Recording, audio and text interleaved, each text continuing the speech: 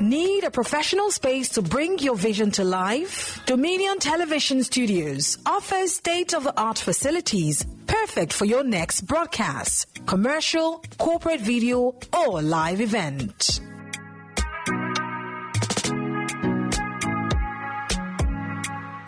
With flexible rental options, cutting-edge equipment, and a supportive team, we provide the perfect environment for high-quality productions. Unleash your creativity.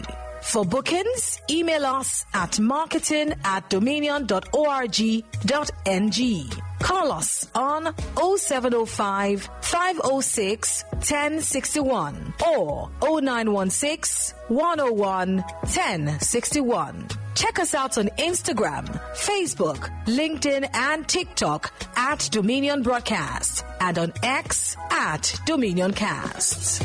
Book your space today. Dominion Television, your channel of choice.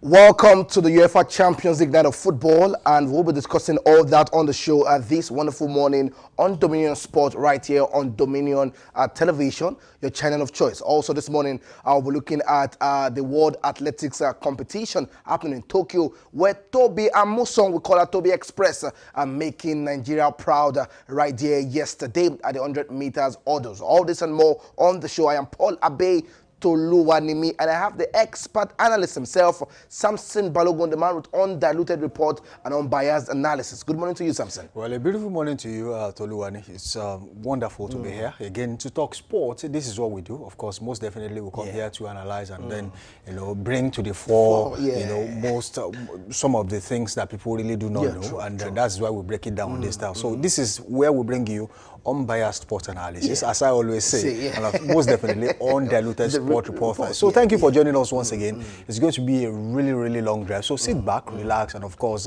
there's a lot to unpack on this show. Samson Balogun is my name, as I already said. My pick for the day is actually Tobi Amusan coming, giving us the most anticipated medal. We all know that Tobi Amusan was the brightest chance for Nigeria to get a medal at the World Athletics in Tokyo. And, she was able to do that, but I felt something within me tells me she was distracted. She could have gotten the gold. Yeah, I agree. But, silver is not bad. At least she puts Nigeria right there where Nigeria belongs.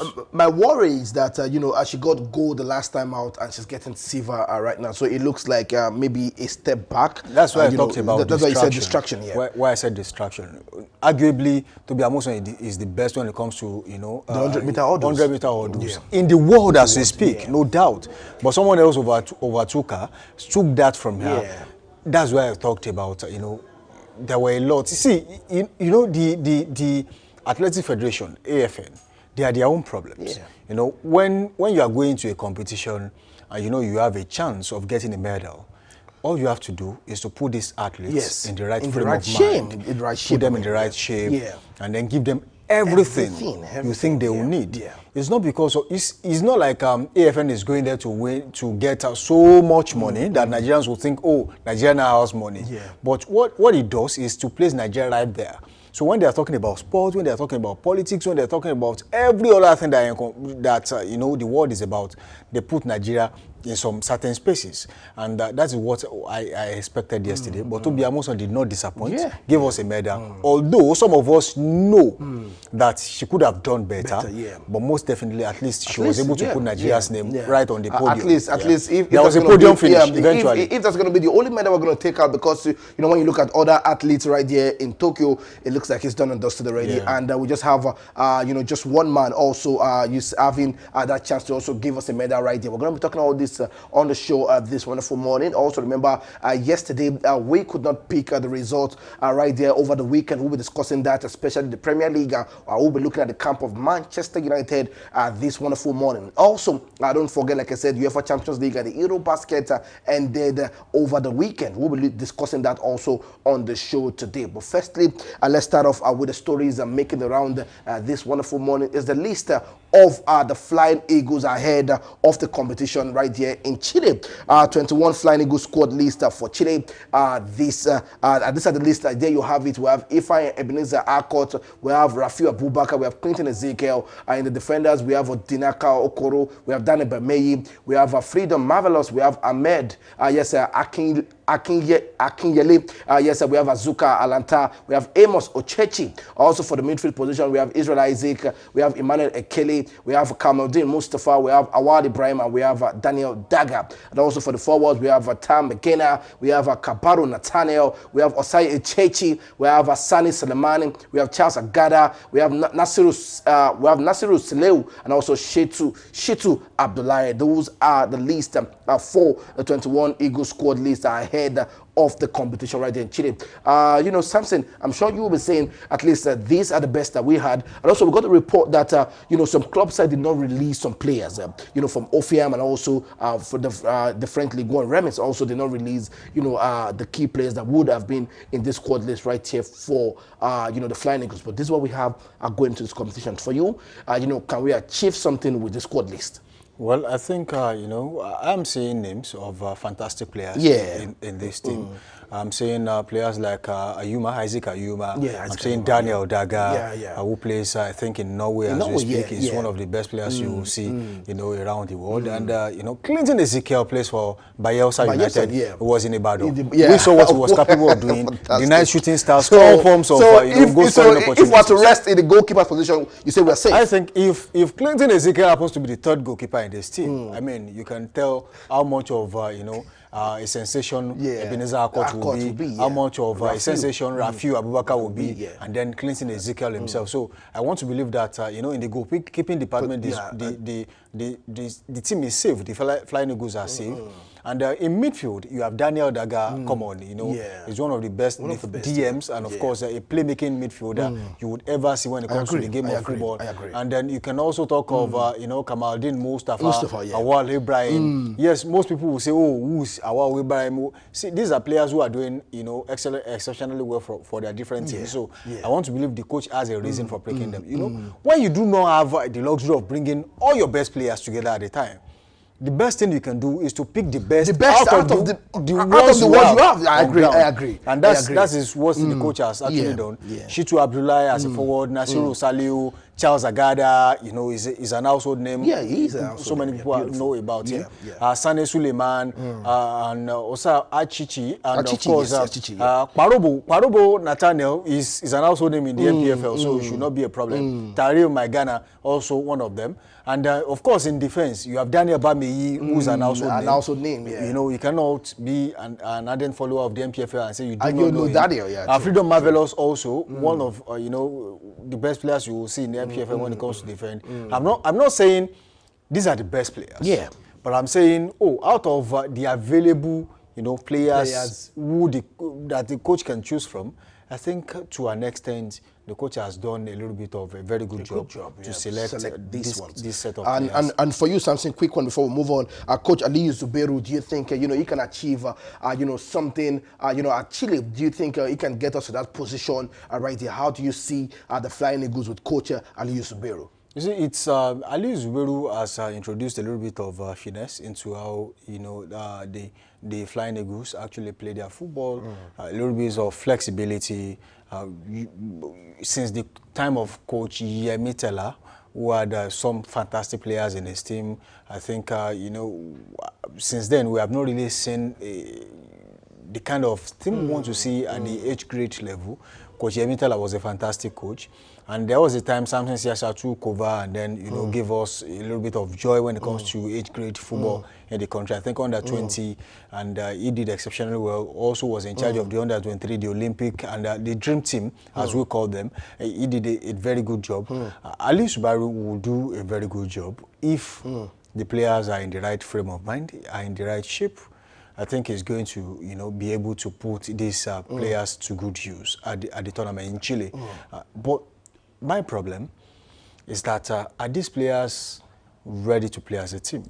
Because it's one thing to have a lot of players in the team, 21 players as we speak, but then will they be able to do wonders as a team? That now depends on the coach's tactical ability to blend the team together. If he fails to do that, then that will be a big shame, because we expect a lot from this team. Now, we have seen a lot of situations where Nigeria has been able to pile up a group of players who represents the country. Could remember, there used to be a time where you have the likes of Haruna Lukman as a midfield maestro. You have Rabiu Ibrahim controlling the midfield. You have had stages of quality players. John Obi Mikel at the time, Ramon Aziz too, fantastic player like that. He was in Europe, but did not really blossom into a superstar. So many Nigerians expected him to be, but he did in his capacity. Sometimes odds are against some players. I agree. And they won't be able to churn out what you expect from them. And you do not blame the players most times. Situations really do around that. Some players will not really live up to expectation. We spoke about Mario Balotelli, sometimes ago. I think it was just yesterday. I spoke about Mario Balotelli, and there are so many other players too that people thought they were going to do so well. Jack Wilshere, for example, for Arsenal, he did well at the point, but then he faded away. Let's talk about Abu Diaby. Was a really big player that Arsene Wenger was looking at to be a mainstay in the team, a replacement. Perfect replacement for Patrick Vieira, but unfortunately, really did not live up to expectation, injuries and the likes, and then unfortunately was shipped out of the team eventually. Look at someone like Yaya Sanogo. I'm actually mentioning Arsenal players because I want to focus on one team. He was expected to be the new Didier Drogba in the Premier League. He has the height, can do hold-up play. Unfortunately, did not live up to expectations, was shipped out of the team. And so many players with Manchester United too, that they were in that team, and you would expect so much, but unfortunately they could not do that. I don't want to see that in the current 21 players in the Flying Eagles squad. I want to see, there was a prospect which the coach actually saw in these players. And I don't want to believe that some of these players paid their way into the team. Yeah, true. I want to think that they are all qualified to be in this team. Yeah, I agree. And if that is the case, we don't want to have a repeat of when Kayode Bankole was doing exceptionally well for Remo Stars and they never got, a call up into the Super Eagles, into the Flying Eagles, into the So we don't want to see that. Okay. But let's just hope that the coach has a reason for picking all these players. At least that in defense, in midfield, in attack, in the goalkeeping department, and of course in the forward department, all the 4 departments, there is a name that this player is a fantastic player. So we want to go with the flow and believe that these players will be able to become a team. Okay. And then, do Nigeria proud out there. All right. That's Samson Balogun speaking, and I'm sure, yes, the main focus is to see the Flying Eagles play as a team ahead of the competition in Chile. And trust us, we'll be here to talk about the Flying Eagles every day on the show. I remember they're looking forward they're looking ahead of that game right here in Chile. I will be hoping that they get to the biggest stage, maybe the finals, and see how far they can go ahead. And my own prayer is to see, most of these players also be part of the Super Eagles team. Moving away from the Flying Eagles, let's take more stories to make it around in the world of sports. Yes, we have Tobi Amusan, making Nigeria proud. There you have it on the screen. We call her Tobi Express, and she's doing fantastic. Yes, she's done it again. The lady with the lightning speed, Tobi Amusan, finished second with a time of 12.29 seconds in the women's 100-meter hurdles, a final at the World Athletics Championship happening in Tokyo. Tobi Express has made the nation proud. And the last time out, 2023, she won gold, and this time she's picking up the silver medal. Always showing up for Nigeria. That's Tobi Amusan. And yes, as we're speaking about Tobi Amusan, quick one. I don't mind if my producer can have us have that video, of the final yesterday while we are speaking. Samson Balogun, there you have it. During at the early hours of the show, you were saying, if there's one person that was definitely going to give us a medal at the World Championship, it's going to be Tobi Amusan. Despite the whole issue that happened over the weekend, it looks like she was the only one that could stand up to the AFN and also the Nigerian Sport Commission. And there she is also doing something fantastic. Well, let me just say this very quickly. I think, being the best gives you leverage. When you are the best in the team, what that gives you is the ability for you to say so many things and, of course, communicate and then say things as it is. Because, at that point, nobody can just, take you out of the team because they know they need you. Now, what Tobi Amusan did was a fantastic thing to do. Coming out to say, look, I am not happy with the current situation. And instead of just walking away, I think it is time I give you a piece of my mind. And that's what she did. Yeah. Though I felt that actually distracted her, and that's not her fault, because that was the AFN's fault. You could have, prepared for this particular one. In Oregon 2022, Tobi Amusan got gold. Yeah. And she did exceptionally well as the world champion. And when she came to the issue of Tokyo, I was expecting a gold, because I checked the list and I did not really see an athlete better than Tobi Amusan on that list. So that's where the issue of distraction came on board. If they had given her everything she wanted, if they have given her everything that would have actually helped her do a thing the way she would want to do it, you would realize that she probably would have done better. If you look at the winner, eventually, who won gold, you realize the fact that came just after Tobi Amusan, breezed past Tobi Amusan, and then it was just the last stretch from Tobi Amusan that gave her the silver medal. Yeah, true, now, I agree. If she had, placed her mind and then did not take her foot off the gas, it probably would have finished, as the winner of the gold. But one thing led to the other, and then she could not, finish strong as we expected her to do. At this time, what this tells the NFF is, yes, this is a lesson for everyone involved. If you are going to, in 2 years' time, if you are going to another world championship, we should be readily prepared. These athletes give it their all, and they only have one world-class competition in 2 years, which is the World Athletics Federation, bringing everyone together and say, let's test your minds for this year. And that is the opportunity they all have. It's not like the EPL where you play week in, week out. It's not like the MPFL where every week you get to show what you are capable of doing.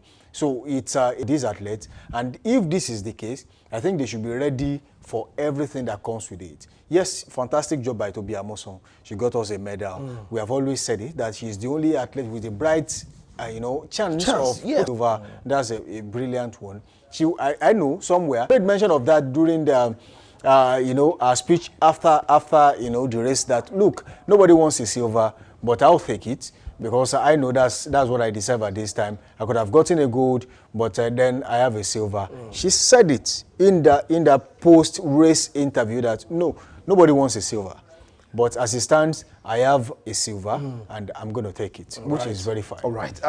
Yes, that's my producer playing the video right there, the World Athletics Championship.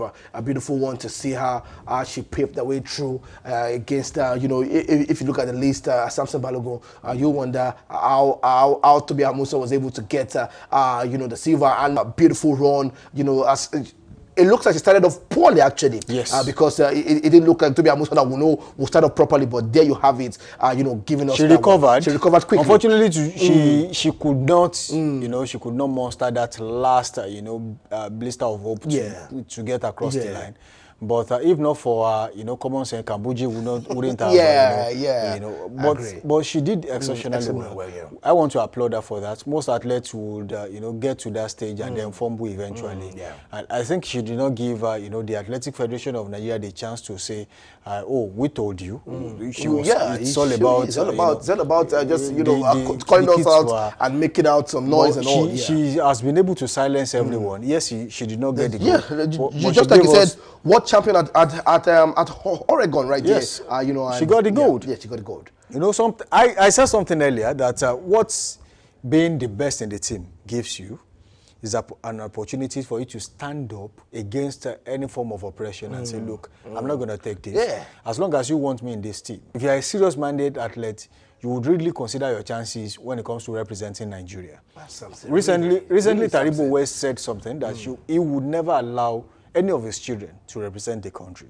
Yes, so many people faulted him. I faulted him for some things he said, but you know, when it comes to representing the country, you know, you a favor by bringing you on board, and you are also doing the country a favor by doing them proud. It's not like you are just there to fill the numbers; you are there to show, and that means you are the best of all available. Not that you are the best of all, but the best of all available. Because when you draw a pool of athletes in the available, that's what Tobi Amusan brings to the table. As we speak, you cannot say, oh, by tomorrow Tobi Amusan is no longer a good athlete, because now she has given you a reason to call her back next time. Yeah, true. She has given you a podium finish. So if you really want to bring someone that will dislodge Tobi Amusan as the number one oddler in the country, that will have to be done on the track.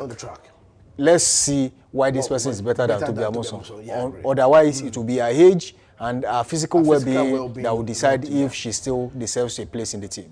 All right, guys. Yes, that's also speaking about Tobi Amusan. Just like you watched a wonderful run, you know, from Tobi Amusan, giving us the gold. I mean, giving us a silver right there yesterday in Tokyo. Moving away from that, now the next video you're gonna watch is Honorable Shehu Diko speaking yesterday on the situation with the AFN, and also giving us the reason why, you know, the Tobi situation came out, you know, speaking about the kids over the weekend, and also giving us reasons why we don't need to believe that situations. Once we are back from this video clip, we'll be here to discuss the situation with the AFN going forward.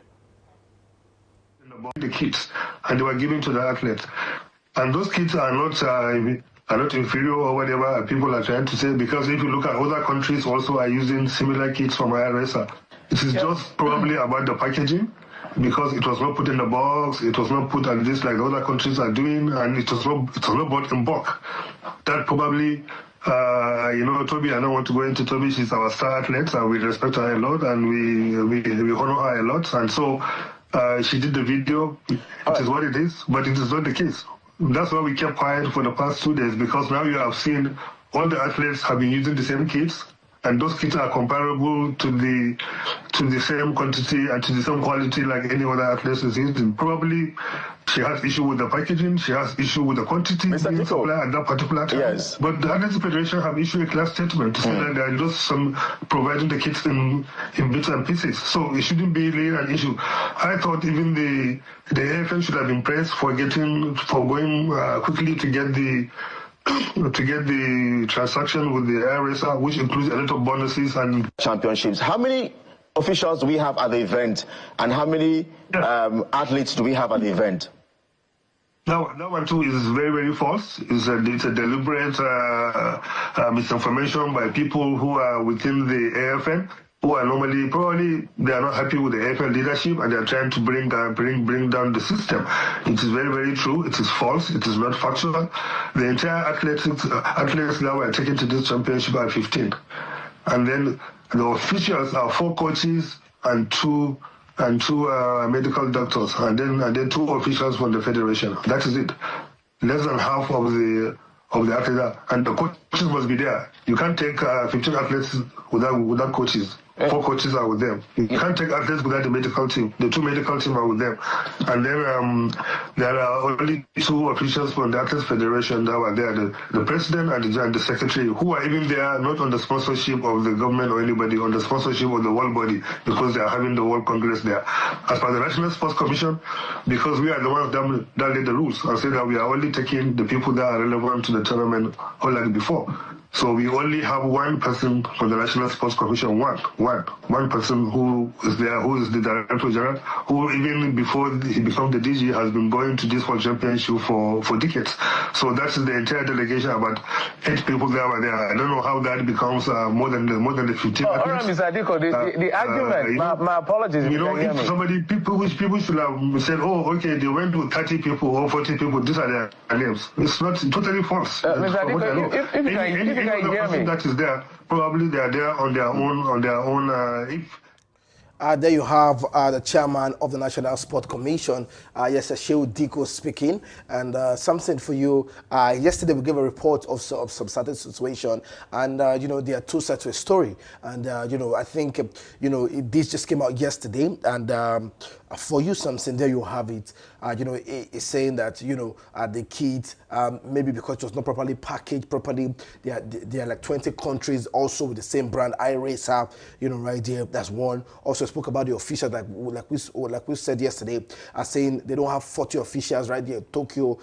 If you have 40 officials, give us an evidence of them, in Tokyo. And something for you. All of these, situation. Also, AFN also spoke on Monday, saying that they don't know where the report is coming from. Even iRacer are giving bonuses, for gold medal, for silver and for bronze. And, them getting this report from Tobi Amusan is quite, not good. But, Diko saying this is our best athlete. So, come on, something, talk to me.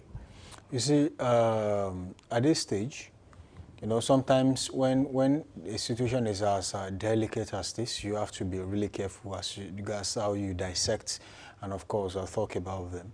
Diko has come out to, debunk some of the things that came on board the day before yesterday.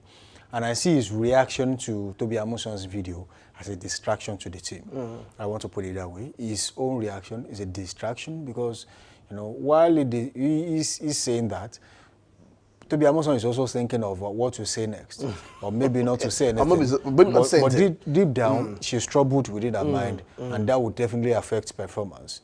You see, the strong suit of a serious athletics federation is the fact that you know when to talk, when to react, and when to be silent. This reaction could have come after all the performances and then come out to say, oh, look, yes, there was a report during the competition. This is what happened. This is what happened. Was anyone even there to talk to Tobi Amusan as regards the situation? I do not think so. They left them to their own fate. And he was talking about, Nigeria getting the same kit as some other people. I think Nigeria is too big to be compared to some of these countries they compare us to. I know you might be talking about comparing Nigeria to Sao Tome and Principe, comparing to Nigeria to some of the islands you find in Europe. I mean, that's an insult.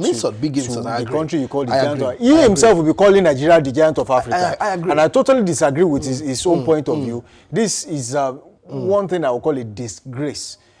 He's coming on national television to say some of these things. It's a total disgrace because he doesn't even have an evidence. He should be able to tell us for a fact what actually is happening right there in Tokyo. Now, Tobi Amusan has done what she knows to do best, proving everyone wrong, and of course giving them a reason to bring her back into the team.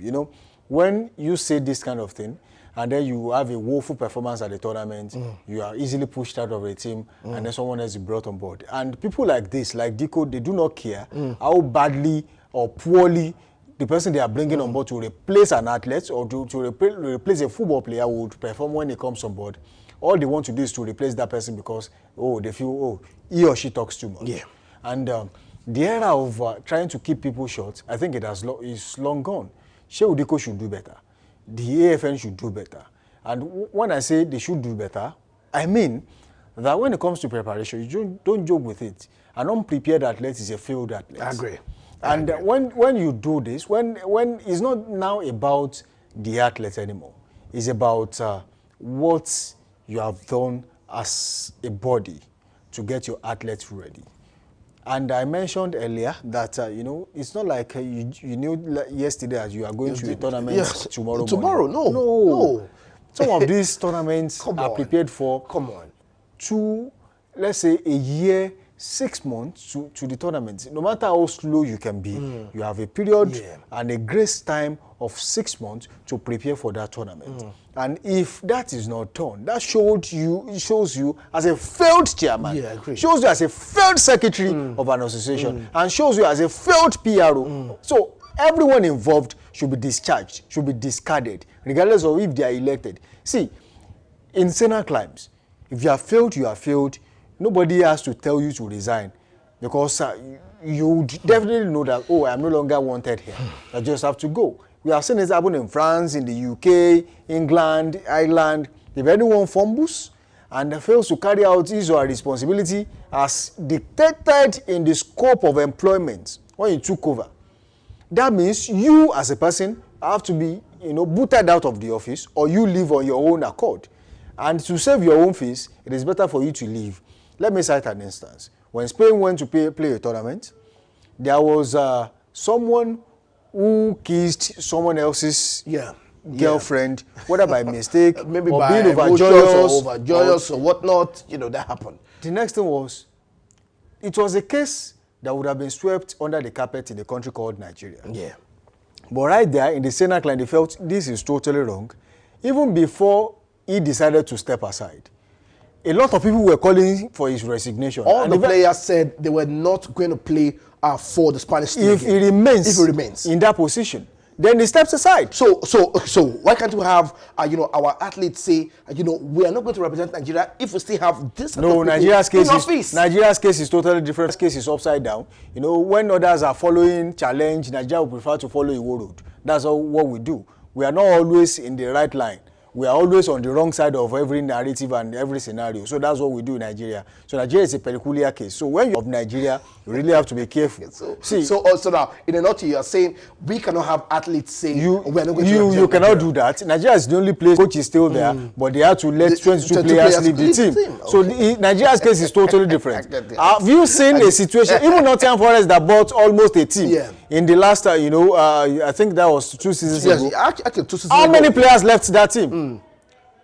But the truth is, it is the case of Nigeria totally different. Nigeria is not like every other place in the world. Even if it happens, they will get more people from the street. If other countries are facing this place, Nigeria is facing this direction. They are always different. And I'm not sorry to say. Okay, so that's so quick one, Samson, because it doesn't look like it. It doesn't look like Shehu in the office soon. And if we don't get this done, Samson is like we are still in the same old. So how do we get these people out of office? And if we cannot get them out of office, what do we need to do to put Nigeria sports on a good map? You see, the only way forward is one thing I will not preach and I will not talk about.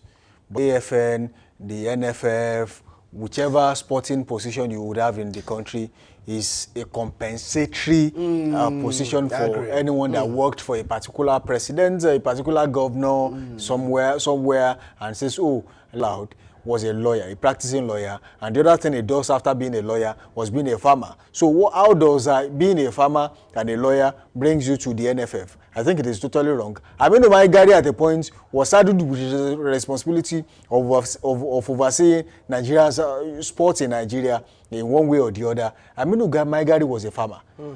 How did he become, what he became, I do not know. And so many other people. The only person that I've seen in recent times, aside from the Ogunjobis, who were eventually indicted of corruption, was recently, the chairman of the NFF recently, I want to remember his name.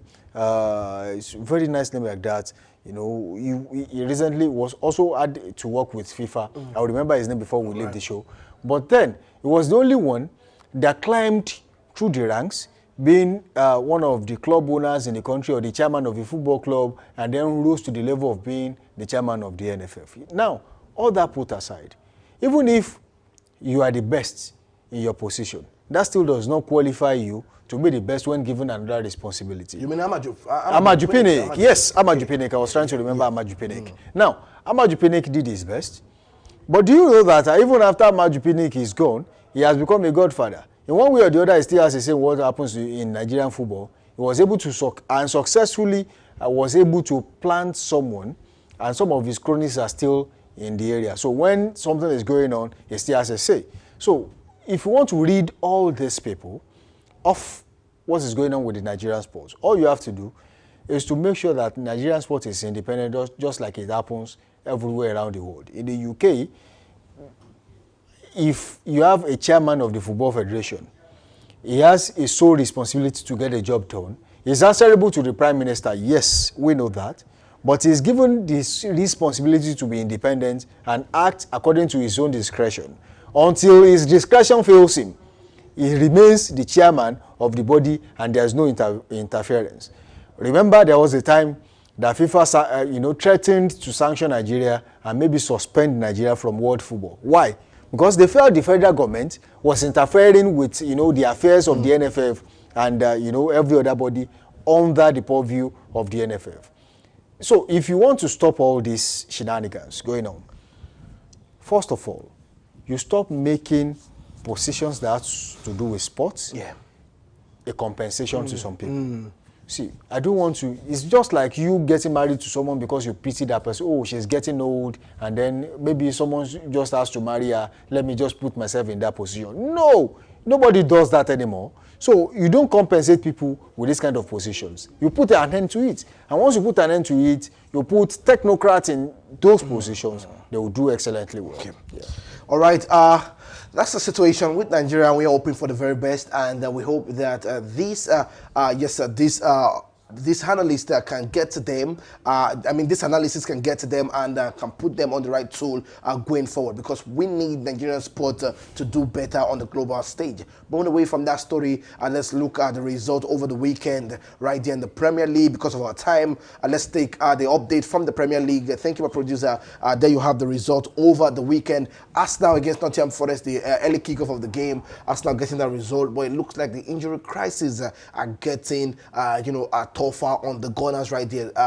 You have Martin Odegaard also out with an injury. Something for you, quick one. Arsenal getting the result. Well, they are getting, in fact, I did not expect them to win by such margin. I actually thought, they were going to defeat Nottingham Forest, or maybe by 2-1, 3-2 or something. It was going to be a narrow margin, but they were able to do it. Yes, the injury is getting too much, but I think the reason Arsenal recruited excellently well in the transfer window was to be able to fill some positions. To fill some position, yes, and I was saying that. That played out against, Nottingham Forest. Eberechi Eze was on the field of play. Had a fantastic game, and Chelsea's former man was also in the team. Noni Madueke, did exceptionally well for the team too.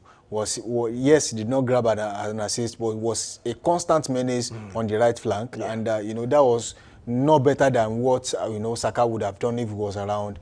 The only thing that was missing was the goals and assists. But he was able to pin down that position so that other players would be able to function well. Vitor Gyökeres was a beneficiary of his magnanimous play, and also Eberechi Eze was able to tap into that, got an assist. So that tells you how important these new recruits are going to be for Arsenal and going on in the season.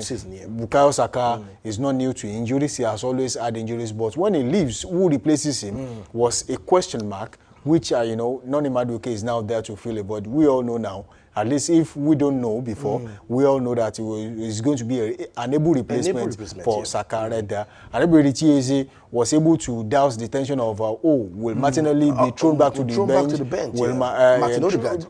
Trossard, Leandro Trossard also go back to the bench? I think was able to tell everyone that, look, if I am made it in the team, I can also, make some changes and contribute. Yes, people were missing Partey for leaving the team, but Zubimendi showed everyone why he deserves to be in that team. I think everyone in that team, even straight to the back too, we saw players who actually William Saliba was not on the team. Mosquera slotted in and did exceptionally well. Clean sheet he got in that team. So that's what I see. I think Arsenal now has a first 11 and also some able replacement for the players who are missing. All right, let's look at more result. Yes, from the weekend there, you have Tottenham Hotspur also picking up a victory against West Ham United. Also, more results still popping up on the screen. Then you have, yes, Watmadi making his debut for Newcastle, getting the goal. Also, Tolu Arokodare also played that game. Then you have Fulham also getting the result at the late stage. Fulham still doing it again this season, getting result at the late stage against Leeds United. And then you have it also Everton against Aston Villa. Yes, my project, let's just have this picture, a quick one. Aston Villa are yet to get a goal this season, and it's not looking too good. What's the situation with Unai Emery and Oli Watkins and every attacking player for Aston Villa? Why are they not getting the goals this season? I think it's not down to the attackers alone. It's a team issue. They are not getting it right in the final third, and I think the coach is already looking around to see what changes he can bring to that team. It could be just one player that has to come in, and then everything changes. You see, it's one thing to have a game plan, have a style of play. It's another thing to be adamant about how I play. I can't change it, just like you're having at Old Trafford as we speak. The coach saying, look, we can continue to play badly, but my style of play, I'm not going to change. And I think that is totally bad for a coach that, has just come into the team. So I know Unai Emery is not an alien to how to play in the EPL. He has been around for some time. Was also in the Spanish La Liga, did exceptionally well there. I know his experience will count when it comes to turning things around for Aston Villa this season. Yeah. But you can also really fault their performance against, an Everton team that has done so well this season. I agree, but, so in the last 4 games... We cannot take anything away from Everton. In fact, it would have been a case of, why didn't Everton get a goal against Aston Villa? But right now, these two teams were able to share the spoils over the weekend. Going back to the drawing board would be the fantastic thing to do for Aston Villa and Unai Emery. But let's see what happens in the next game. And if he can turn things around, the earlier, the better for him. And if he doesn't turn things around, something it's going to be, we might have a team doing the 007. Yeah, right. You have seen it happen at Nottingham Forest. And Postecoglou has to come on board for Nuno Espirito Santo.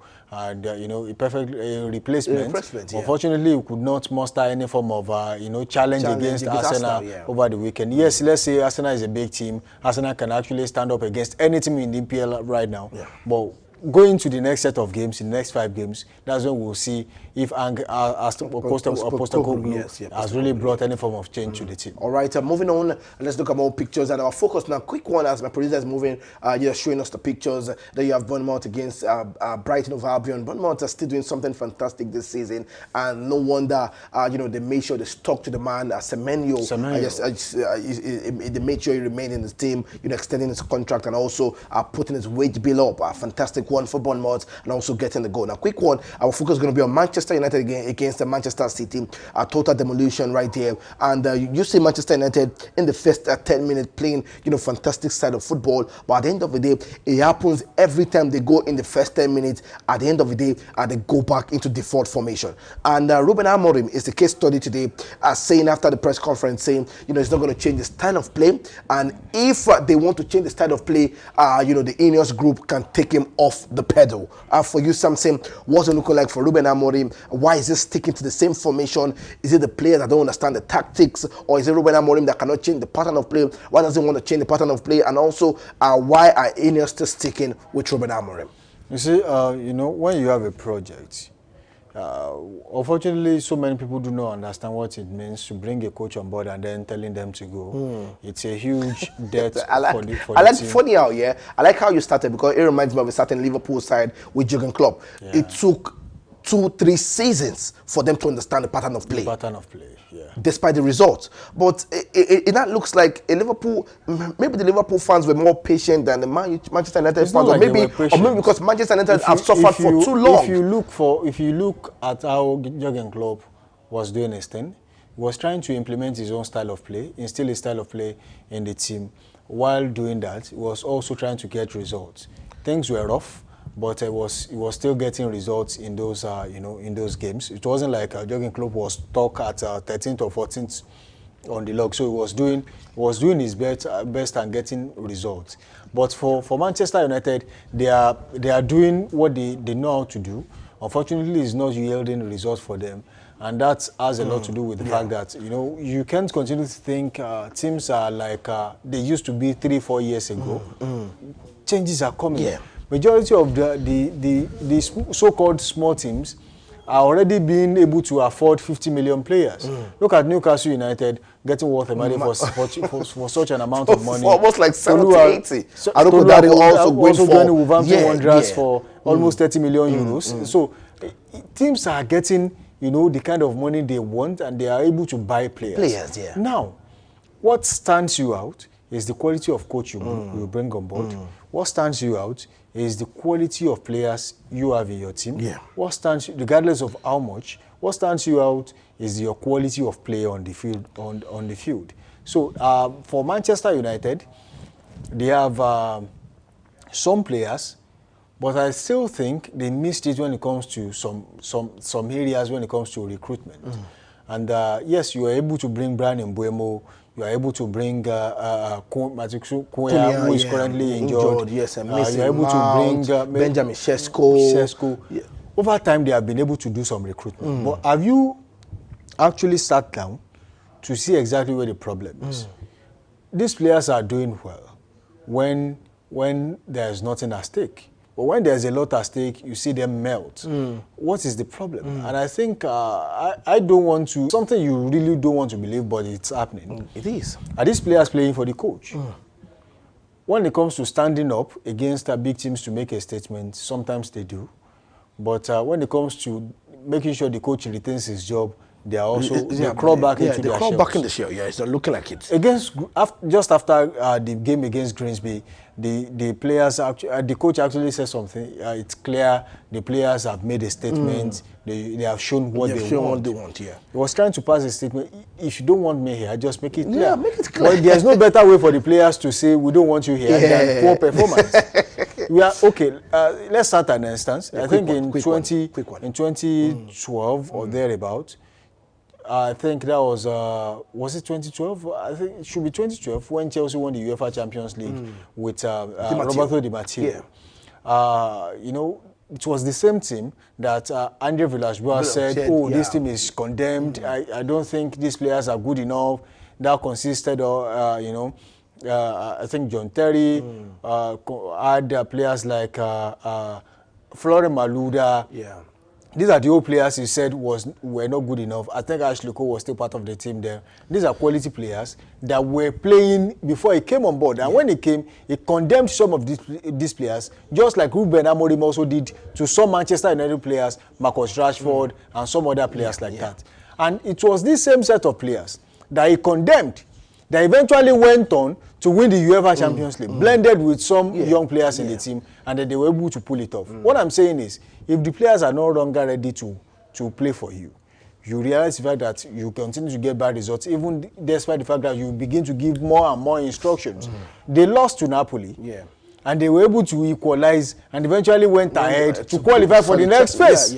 Even when every one of us thought, that will be over, maybe Roberto Di Matteo will just be able to steer the ship until the end of the season so that the team will not relegate. But fortunately for Chelsea, they won the UEFA Champions League. Same thing is happening at Manchester United. But some people are not ready to admit that, but I'm saying that already. All right. that situation in Manchester United, because of our time, I would have loved to see discuss more. But quick one, let's take the UEFA Champions League night of football is happening today. And, we have the fixtures. It's going to run from Tuesday, Wednesday, and Thursday. But we have the games for Tuesday. Thank you, my producer. Let's have the game for Tuesday quickly. And those are the fixtures that are going to happen from Tuesday, Wednesday. But this is Tuesday's game. We have Athletic Club against Arsenal. We have PSV against Union SG. We have Benfica against Qarabag. We have Juventus against Borussia Dortmund. We have Madrid against Olympic Marseille. That's going to be a big one for me. And also Tottenham against Villarreal. Now, something quick one. Arsenal, your predictions and what game is looking most likely entertaining for you in match day 1 on Tuesday? Well, I think it's going to be the game between Arsenal and Athletic Club. Athletic Club started the season so well until, they could not do the same over the weekend where they eventually, succumbed to a 1-0 loss. So I think it will be a really fantastic one. Though Athletic Club are missing a player, the Williams brothers, one of them is not available. I think that's Nico Williams. Is currently injured, and it was obvious in their game. Arsenal too missing some but they have replacements. They have replacements. Nico Williams was obviously missing in their game over the weekend. Yes, they were playing, but they could not create clear-cut chances, which was their undoing in that game. So I think it will be the game between Athletic Club. They are very, they do their style defending. They are very strong in defense. But would they be able to stop the Arsenal attackers? I do not think so. All right, so quick one, guys. Give me your predictions for the game. And my producer, please, can I have it back quickly? Then, if you stand a chance, now this is the option. You go with some of 5,000 naira tomorrow, but you must get 4 predictions correctly. Now, I don't mean, I'm not saying you should give me the Borussia Dortmund to win against. No, you're going to give me the correct predictions. So if it's going to be 2 goes to 1, 3 goes to 1. So everyone with at least we have 1, 2, 3, 4, 5, 6. We have 6 games. So if you get 4 predictions correctly, you go with a sum of 5,000 naira tomorrow. So get your predictions running right there on the comment section. And remember, we're on YouTube. Make sure you follow us, make sure you subscribe, and make sure you share. That's all we can take on the show today. But Samson, quick one, your prediction between Madrid and Marseille, and also Arsenal and Athletic Club. Well, for Real Madrid, I think they should be able to walk away against Olympic Marseille, maybe by 2 goes to 1 or 3 goes to 2. And Arsenal? But I say Real Madrid. But for Arsenal, I think Arsenal should be able to muster a 2 goes to 1, 2 goes to nothing victory against Athletic Club. All right. That's all we can take on the show. We're going to leave you with the highlights of the game between Rivers and Shooting Stars. I want to say big thank you to my producer. Thank you so much, Samson, for joining us on the show every day. And also to the crew, I say big thank you. We're going to see you again tomorrow.